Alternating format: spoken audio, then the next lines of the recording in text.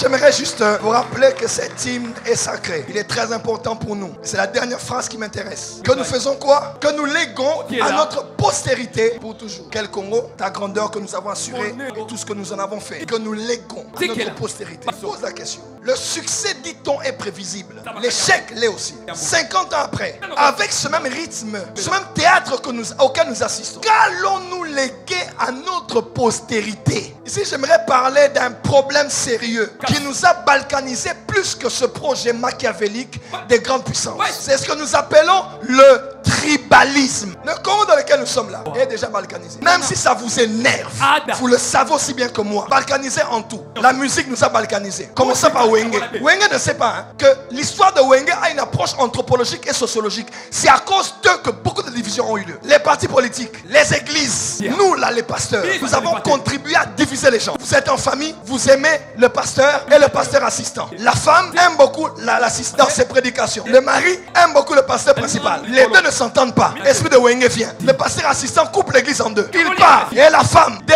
je n'écouterai pas ces pasteurs-là. Ils prêchent pas bien. Combien de foyers sont divisés à cause des pasteurs et des églises? Je ne sais pas ce qui se passe. On dirait que tout autour de nous nous a conditionnés à nous séparer. Église, politique, musique, tout ce qui existe n'existe pas sans division. Un pays avec plus de 1000 partis politiques où des gens en créent tous les jours pour dire quoi que l'autre n'a pas dit. Dès que vous pensez qu'on ne fait que prier pour vous, chères autorités politiques, excusez-moi, nous vous observons. Ce théâtre auquel nous assistons est catastrophique. Même chers pasteurs, nous les églises, nous avons eu récemment un grand problème avec les églises des réveils au Congo. On ne doit pas se leurrer la face. Ces choses ont contribué à la balkanisation interne. Et ces gens-là savent. Une maison divisée ne peut régner. Une armée divisée ne peut subsister. Le Congolais n'aime pas le Congo.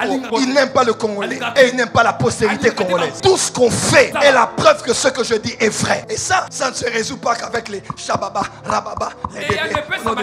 Non, non. D'autres nations ont résolu cela sans la prière. Ils se sont assis. Ils ont consulté leur histoire, ils ont vu leurs failles, ils ont créé un système. Même quand le président n'est pas là, le pays subsiste. Comment la Suisse subsiste jusqu'aujourd'hui? Comment la Chine subsiste jusqu'aujourd'hui? Il n'y a pas de prière, il n'y a pas... Non, les hommes ont créé un système. Même les États-Unis, la force ce n'est pas l'administration d'un président, mais c'est le système qu'on a établi. Malgré la volonté de Trump, il y a des choses qu'il ne pouvait jamais faire. Le système est plus puissant que les hommes. Quel système avons-nous? Le pasteur meurt, l'église c'est à la famille. Quel système? Le pasteur meurt, tout le monde va en retraite. Pour demander à Dieu qui va prendre la relève, travail que devait faire le leader de son vivant. Politique de consteur à zéro. Tout celui qui est ministre vient abolir tout ce que l'ancien ministre a fait. Même la moquette, on enlève. Donc ceux qui travaillent avec un ministre ou dans un cabinet ont peur.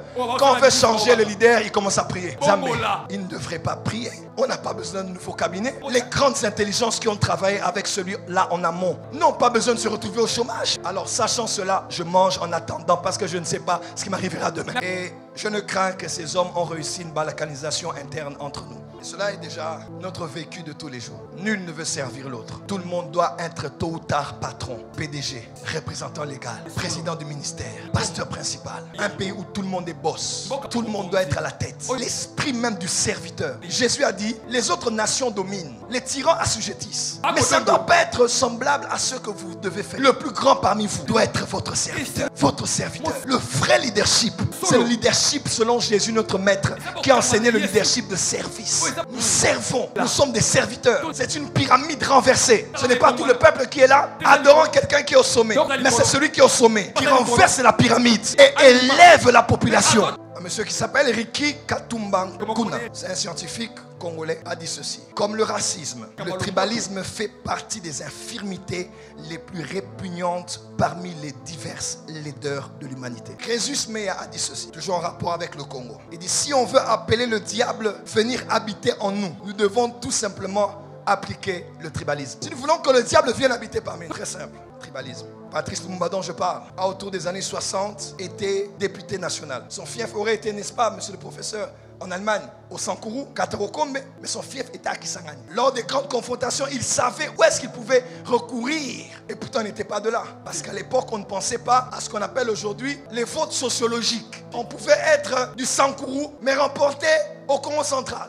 Woshaba. On ne trouvait pas sa force à sa base tribale. Mais le Congolais allait aux élections, allait au vote en fonction du plan, du projet, de la vision et de la vie de personnes qui incarnent la vision. Combien sous 100% sont des députés qui sont députés aujourd'hui sans avoir été députés dans leur propre fief tribal, régional? Très peu. Je suis Katangé, je vais aller à Kinkonja, Kamina. Je suis Tété là, Kemafumbe, je vais aller au Sankourou, à Lodja. Et c'est triste à dire. Le président n'aura pas de chance s'il rate telle partie du Congo parce que telle personne auprès de lui est quelqu'un qui a de l'influence sur l'Est. Ce sont des sujets qui ne devraient pas avoir lieu. Elles sont la résultante de la balkanisation tribale dans nos têtes. On sait aujourd'hui qu'il y a l'Ouest, il y a l'Est, il y a le centre. Et on peut les regrouper en partis politiques. Et quand quelqu'un vient se faire voter, je suis votre fils, j'ai grandi sur l'avenue telle, tu as bien dit, je suis né dans tel hôpital, je suis le vôtre, sans le savoir, petit à petit. Ce n'est pas mauvais, mais puisque c'est la majeure partie de notre mode de fonctionnement, tout Congolais est attaché à sa tribu. Et quand ça ne passe pas par rapport à sa tribu, il divise. Excusez-moi, les élections présidentielles, je prie,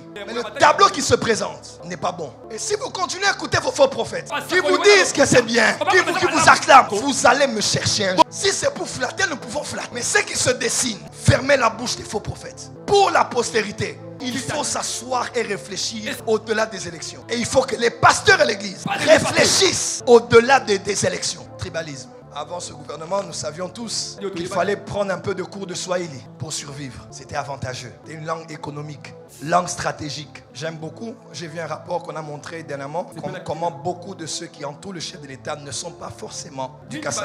Très bonne chose. Il faut qu'on passe un autre message.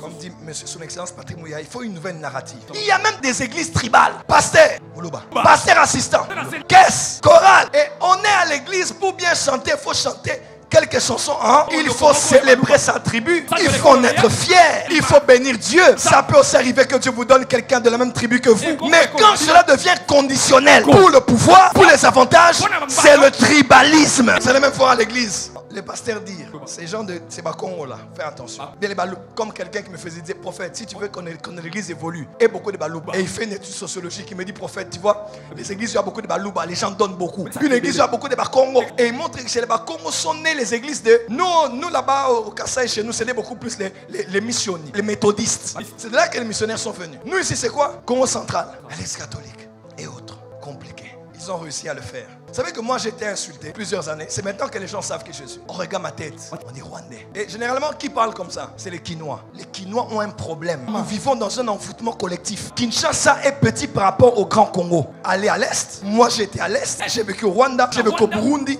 J'ai m'emmené à l'Est pour comprendre les vrais enjeux du pays. C'est pour ça que je dis, hein, le vrai problème c'est d'abord nous, à l'Est du pays. Mais il y a des gens qui ressemblent à les Burundais, les Rwandais. Nous avons la Centrafrique comme pays frontalier, la Tanzanie, l'Angola, la Zambie, le Rwanda, le Burundi, le Soudan, Congo-Brazzaville, énormément de pays. Il y a des métissages, des brassages, des mixages, des mariages. 9 pays. Et c'est normal qu'après 20 ans, 25 ans, les enfants ressemblent un peu à ceci ou à cela. Jusqu'à quand allons-nous juger un Congolais en fonction de la forme de son visage? Moi, je suis Katangé. Et je vais le dire haut et fort. Je l'ai dit au Katanga quand j'étais au Katanga. Bâtiment du 30 juin en 2015. J'ai dit, nous les Katangais, on a l'impression que le Katanga, c'est un autre pays. Ces histoires de sécession katangaise et de tout ce qui est avec les balouba, ce sont des choses sérieuses. Mais quand tout ce qui doit être fait à l'église c'est la prière, alors excusez-moi, il faut que les choses changent. Les postes sont faits conditionnellement. La condition, il doit être l'un des nôtres. Au travail, dans la politique, dans les églises, dans des entreprises, même sur le plan relationnel. Au jour d'aujourd'hui, d'autres mariages sont empêchés parce que cette femme n'est pas de notre tribu. Vous imaginez, nous sommes pasteurs d'église. Il y a des cas qu'on traite ici. Le frère a fait des études. Il a fini à l'unique. Il a eu un peu d'argent, il a économisé, il a lancé une entreprise. Il trouve une sœur à l'église qu'il veut épouser, il veut honorer. Il vient vers la sœur. Les parents de la sœur disent, c'est la première question que les parents posent toujours. Ah oui, c'est bien, mais ça cache un esprit de tribalisme derrière. C'est bien dans la mesure où on peut plus ou moins voir le profil culturel. Mais sans le savoir, on a empêché l'amour de s'exprimer, les destins de se réaliser, les plans de Dieu d'avancer. Parce que nous et eux, on ne s'entend pas. Nous de ce village et le village voisin, à l'époque en 1880, on s'est précipité des chèvres. Et à cause de cela, l'un de nôtres a été tué par leurs puissants guerriers. Depuis là, on ne s'entend pas. Et nos filles ne se marient pas à leurs fils. Au 21e siècle, j'ai même vu des églises de la diaspora tribale. À la diaspora, à Montréal, tout le monde balouba. Et c'est souvent cette fibre tribale qu'on utilise pour remporter les élections. Qu'est-ce qu'il a même fait pour nous il vient de chez nous ici. Qu'est-ce qu'il a déjà fait pour nous? Et d'autres opposants politiques vont dire, il est ressortissant de tel. Qu'est-ce qu'il a déjà fait chez lui? Sans le savoir. Ça a l'air d'être cohérent dans un débat politique, mais c'est de la bêtise dans la mesure où ces choses nous sont divisées depuis des années. Vu que le chef de l'État l'a fait au sommet de l'État, il faut que partout où nous sommes, dans notre manière de parler, de penser, d'échanger avec notre voisin, nous puissions montrer que nous sommes hors du système et de l'esprit du tribalisme. J'ai vu des Congolais très modernes dire Black Lives Matter. Quand on a eu le problème avec ce noir tué que vous connaissez, tout le monde a dit White Supremacy. Non. Plus de la suprématie blanche. Il y a ceci, il y a cela. Et je riais sur Twitter. Et j'ai tweeté plusieurs fois. J'ai dit, mais celui qui est dans le tribalisme est pire que celui qui est dans le racisme. Comment tu es là? Tu veux défendre un noir à cause de l'abus d'un blanc. Et tu écris de belles choses sur Twitter montrant que tu es moderne. En même temps, au travail, tu es Moussouaïli comme moi. Mais tu maltraites quelqu'un qui est du centre. Oui, Équateur, tu les maltraites. Parce que ça ne t'arrange pas. Et en pleine réunion, tu dois entrer dans votre langue pour que ceux qui sont avec toi comprennent, contrairement aux autres. Où allons-nous? Et quand je dis ça, je pense à nos enfants. Nous devons dire non à ces choses. C'est bien d'avoir des cultes. 2023 arrive. Beaucoup de choses vont se passer. Nous souhaitons que ça se passe bien. Mais le tableau qui se dessine, les liens qui se font et se défont, ne présagent rien de bien. Faites attention d'écouter vos prophètes flatteurs. Il faut la sagesse pour bâtir un pays.